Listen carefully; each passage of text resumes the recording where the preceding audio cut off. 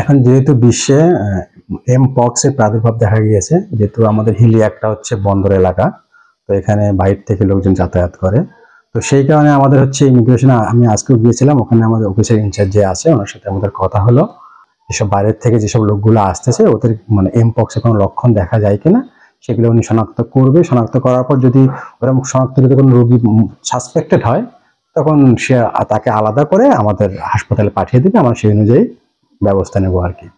এখন যদি monkey pox বিশ্বে ছড়িয়ে গিয়েছে, তো এই রোগের কিছু লক্ষণ আছে। লক্ষণগুলো মেইনলি হচ্ছে যেহেতু এটা ভাইরাস জনিত রোগ, এটা হচ্ছে জ্বর হবে, গায়ে র্যাশ থাকবে, আমাদের যে লিম্ফেটিক কিছু গ্ল্যান্ড আছে ওগুলো ফুলে যেতে পারে, আর সাথে বমি, দুর্বল ভাব এগুলো থাকে আর কি। তো সাধারণ জনগণের কাছে আমাদের বার্তা, বাইরে থেকে যদি কোনো লোক আসে যার জ্বর আছে তাদের কাছ থেকে আমরা একটু দূরে থাকবো, বা যে জ্বরের যে রোগীটা তাকে একটু আলাদা করে রাখবো, এবং আমরা হচ্ছে মাস্ক ব্যবহার করব এবং মানে স্যানিটাইজার দিয়ে হাত ধোয়ার অভ্যাসটা করবো আর কি। এগুলো করলে আমাদের এই পক্সটা ছড়ানোর সম্ভাবনা বেড়ে যাবে।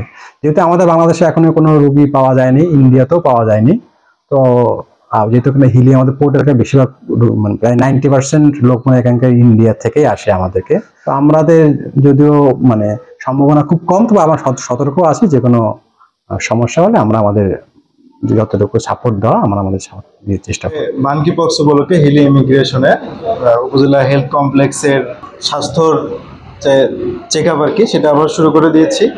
হচ্ছে মাংকি পক্সের জন্য যে নর্মালি সাধারণ যে সিমটমগুলো আছে সেগুলো আমরা দেখতেছি, যেমন হচ্ছে টেম্পারেচার আমরা দেখতেছি যে টেম্পারেচার বেশি কিনা, তারপরে শরীরে র্যাশ আছে কিনা এটা দেখতেছি, ফস্করা আছে কিনা এটা আমরা লক্ষ্য করতেছি।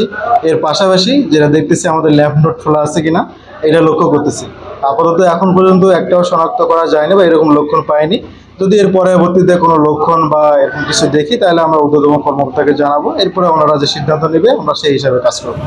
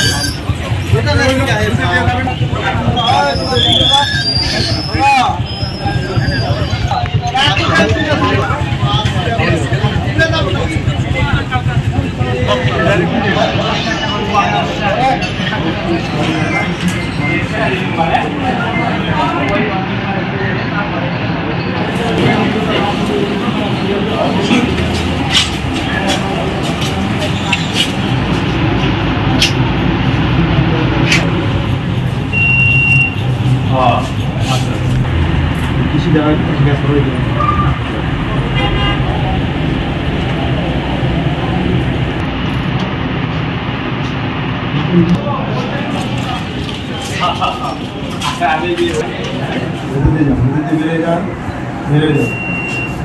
সামনে দিয়ে আসুন।